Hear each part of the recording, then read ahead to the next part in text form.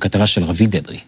חולות של מזוודות ישנות מלפני שנים, אם זה בגדים מוסרים לתרומות, אם זה דברים יקרים, זה עובר למכס. מדי שנה חברות התעופה השונות מאבדות לנוסעים מיליוני מזוודות. חלקן אולי חוזרות לבעלים שלהן, אבל עדיין יש לא מעט מזוודות שנשארות בנמלי התעופה השונים. אז את המזוודות מפה אחרי תקופה רק מוסרים אותם לתרומות? את המזוודות עצמם, הכל עובר דרך מכס ישראל. המכס מתעסק בזה. אנחנו לא נוגעים. כעת מתברר שאת התכולה שנשארה במזוודות תוכלו למצוא באתר ייחודי שנקרא Unclaimed Baggage. האתר מציע למחירה כ7,000 פריטים שלוקטו ממזוודות שנשכחו במטוסים, באוטובוסים וברכבות.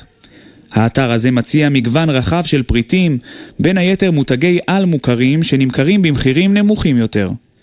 כמו למשל הארנק האיקוני של לואי ויטון שנמכר ביד ראשונה במחיר של 1,544 שקלים, ביד שנייה באי-ביי במחיר של כ-1,220 שקלים, ובאתר הזה תוכלו למצוא אותו במחיר של 1,040 שקלים בלבד. נציין שהמחירים באתר לא כוללים דמי משלוח לארץ, שכן מדובר בתוספת לא מבוטלת שמשפיעה על כדאיות הרכישה, אבל צריך לזכור שגם באתרי יד שנייה תשלמו תוספת דומה. שעון הרולקס הזה מדגם סאבמרינר שנמכר ביד ראשונה במחיר של כ-43,000 שקלים, ובאתר הזה תוכלו למצוא את אותו השעון במצב טוב בכ-34,000 שקלים, פער של 9,000 שקלים. בנוסף, הטבעת הזו של גוצ'י שתוכלו לרכוש במחיר רגיל של 5,600 שקלים, באתר הזה של Unclaimed Baggage תוכלו לרכוש אותה כבר במחיר של 2,800 שקלים.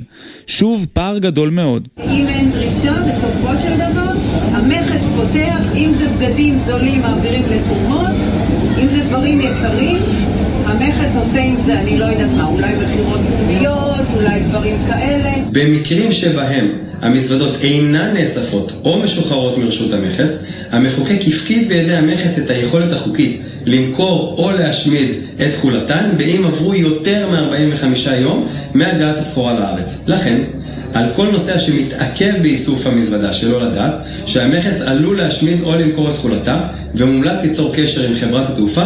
כך או כך נראה שדווקא אובדן מתסכל של מזוודה לאדם אחד יכול להפוך להזדמנות משתלמת עבור אדם אחר.